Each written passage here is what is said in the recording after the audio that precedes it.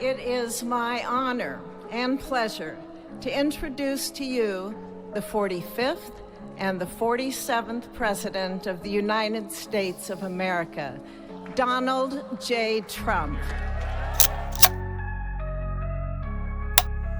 What you're seeing and what you're reading is not what's happening. Well, you've been there for 3 years. You should have ended it 3 years. You should have never started it. You could have made a deal. We're getting them out of the country, and they're going to be gotten out of the country fast. They came in illegally from jails and from prisons. They killed many people. Some of them killed many people. About 50% of them killed more than one person. They were released into our country. That's what we're focused on. These quotes are from a book called 1984 by George Orwell, and it is about a totalitarian government that forces its people into a complicit and monotonous lifestyle to maintain social order. In this book, the controlling party conditions its people to abandon their objective reality and adopt a perspective that keeps them exploitable, obedient, and easy to control. Though 1984 is a fictional cautionary story that was written almost 75 years ago, George Orwell's idea of a party that controls people in this type of way feels way too similar in the year 2025. In Springfield, they're eating the dogs, the people that came in. They're eating the cats. Since January 20th, the Trump administration has been pushing false narratives and a distorted reality to the public to gain support for his policies and special interests. And though this applies to the Trump administration, though I am specifically naming the Trump administration, it is solely because that is the current administration. And this can apply to any president, Democrat or Republican. This is about the ability of any administration to control public opinion. And it's dangerous. Now, as individuals, we take pride in our own personal opinions and the way that we think, right? The idea of autonomy resonates with a lot of us. But what if this notion of free thinking and this idea that what we think, what I think is mine, is not actually mine, and what you think is not actually yours? What if our beliefs are manufactured by the people in power in order to keep us complicit, obedient, and passive? This type of control over our opinions and public perception rivals that of what George Orwell wrote in 1984, and its driving force is actually in the mass media. This concept of manufactured consent was actually introduced in a 1988 book called Manufactured Consent: The Political Economy of the Mass Media by Noam Chomsky and Edward S. Herman. And in an interview with KOW's Ross Reynolds from Seattle's NPR news station, the theory of manufacturing consent was summarized as follows. You write in Manufacturing Consent that it's the primary function of the mass media in the United States to mobilize public support for the special interests that dominate the government and the private sector. And according to Chomsky's theory of manufacturing consent, the media doesn't just report information, it actually cooperates with the social elite. Chomsky says this includes major corporations, public figures, government officials, to maintain their dominance in society. Well, if you want to understand the way any society works, ours or any other, the first place to look is who is in a position to make the decisions that determine the way the society functions. Chomsky and Herman introduced this thing that they called the propaganda model that explains how mass media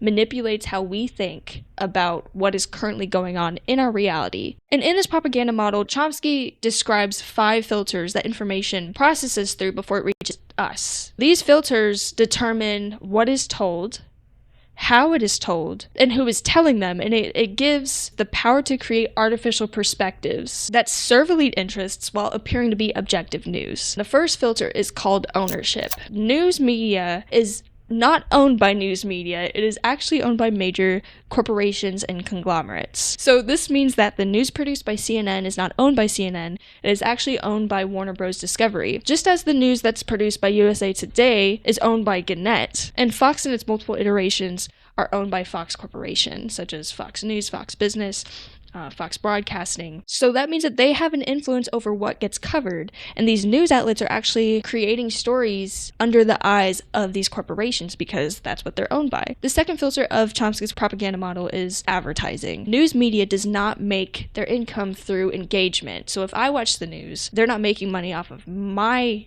view. If you watch news, they're not making money off of what you view. They're not making money off their viewers. The majority of their profits come from advertisements. Rather than the news being the product, the audience, meaning you and me, are the product of these news outlets, and it is then sold to advertisers. Outlets create content to appeal to an audience, which is then sold to advertisers to make a profit. This means that media corporations and advertisers work together to spread news that makes them the most money. However, this also means that they discourage any kind of coverage in stories that makes them look bad, such as stories on environmental impacts of businesses, unfair work practices, dangerous work conditions, anti-consumerism, corrupt business practices.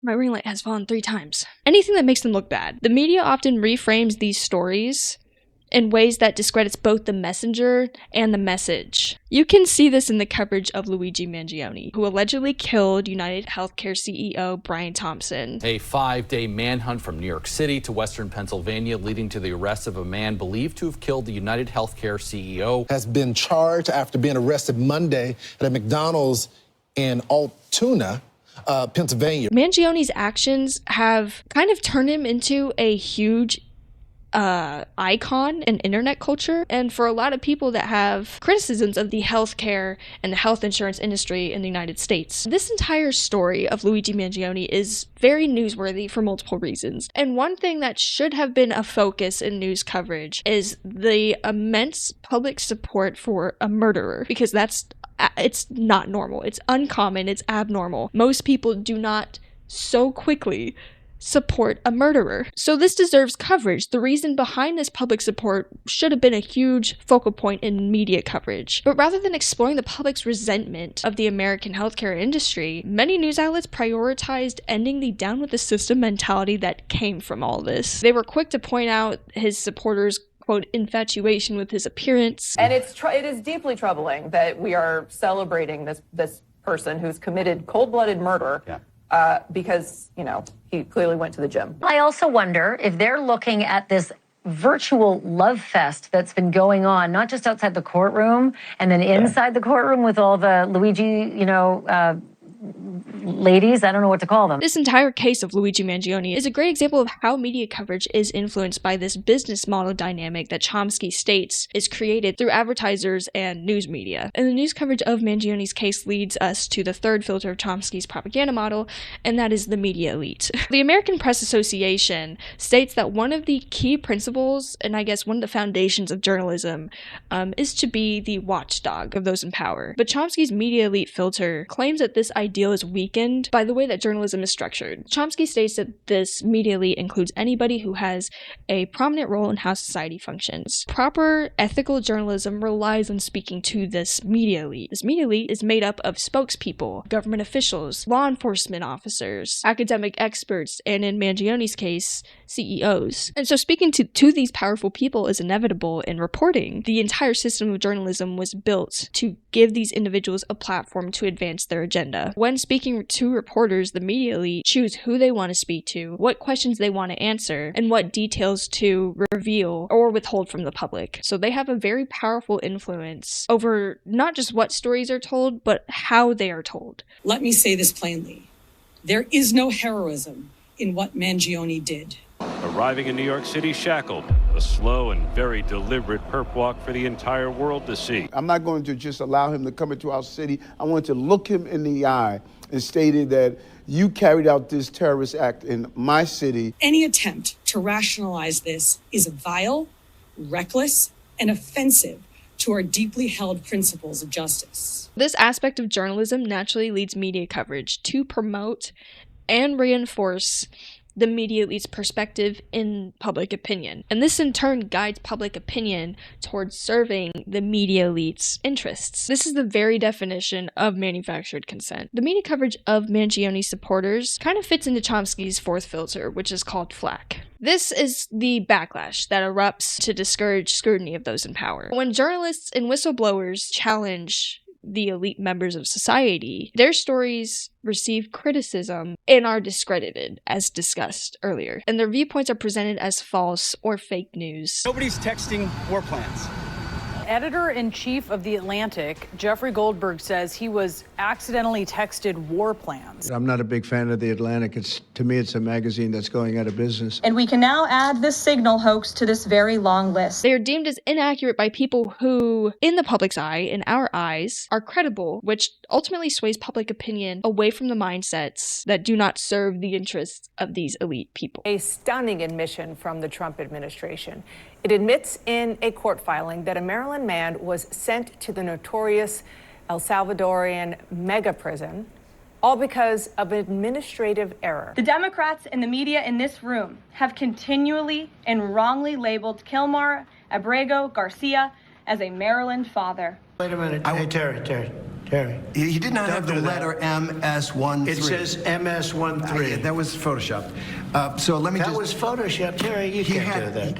Hey, they're giving you the big break of a lifetime. You know, you're doing the interview. I picked you because, frankly, I never heard of you, but that's okay. Abrego Garcia brings us to Chomsky's final filter, which is called the common enemy. The manufactured consent theory states that public opinion is significantly influenced by the creation of a, quote, common enemy. It is a person, group, or community to blame for the suffering, the exploitation, and social ills that affect everybody. Chomsky states that this elite group creates this enemy for the public to rally against in the name of national security, economic stability, and social order. Historical examples of this common enemy include communists and terrorists, but a big focus of the current day is immigrants, and specifically illegal immigrants. Some other examples are minority individuals and the LGBTQ community. These are all targets of the current administration. These people are constantly framed as dangerous, disruptive, and immoral people, and it builds fear and resentment in the public. And this makes it easier for the government and corporations